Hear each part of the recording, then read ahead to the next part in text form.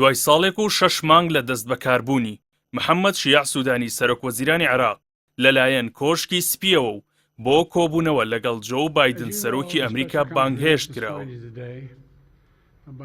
بە پێی لێدوانی پێشووی باسم عەوادی وتەبێژی حکوومەتی عێراقیش لە سەردانەکەیدا کە بڕیارە 15 ئەم مانگە بەڕێوە بچێت، سوودانی لەگەڵ بەرپرسانی ئەمریکا ژمارەیەک دۆسیەی گرنگ تاوتوێ دەکات، بە تایبەت ئاسۆی پەیوەندیەکانی نێوان هەردوو لاو، کشانەوەی هاوپەیمانی نێودەوڵەتی، هەروەها ڕێکەوتنامەی استراتیژی ساڵی 2008 لەگەڵ بابەتی بڕیارەکانی وەزارەتی گەنجینەی ئەمریکا و کاریگەریان لەسەر بانکە عێراقیەکان و قەرزەکانی لەسەر عێراق کە لە ماوەی 2 ساڵی ڕابردوودا کاریگەریان لەسەر ئابووری عێراق هەبووە.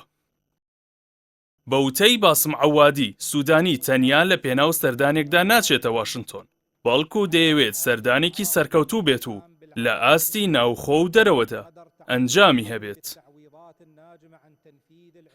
سەردانەکەی سوودانی لە کاتێکدایە کە ئەو حکوومەتەی واشنگتۆن خواستی بوو لە عێراق کە بڕیار بوو هاوپەیمانێتی سەدر و پارتی و سوننەکان پێکی بهێنێت، سەرکەوتوو نەبوو، بە پێچەوانەوە لایەنە شیعیەکانی نزیک لە ئێران حکوومەتەکەیان پێکهێنا و سوودانیان بە سەرۆکی کابینەکە دەستنیشان کرد.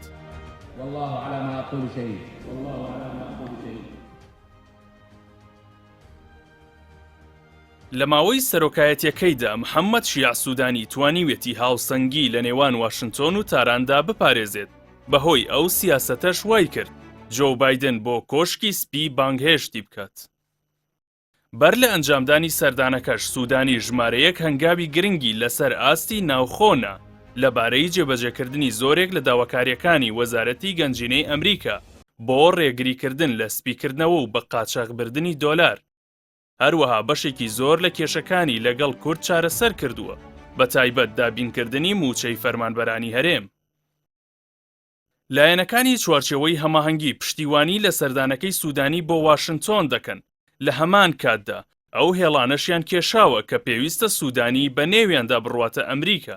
لەو میانەیەدا قەیس خەزعەلی ئەمینداری عەسایبی ئەهلی حەق لە وتاری جەژندا وتی سەردانی داهاتووی سەرۆکوەزیران بۆ واشنگتۆن گرنگە، ڕاشی گەیاند هەڵوێستی چوارچێوەی هەماهەنگی ڕوونە لەبارەی مانەوەی هێزەکانی هاوپەیمانان و عێراقیەکان دەتوانن پارێزگاری لە سەروەری سیاسی و ئەمنی خۆیان بکەن.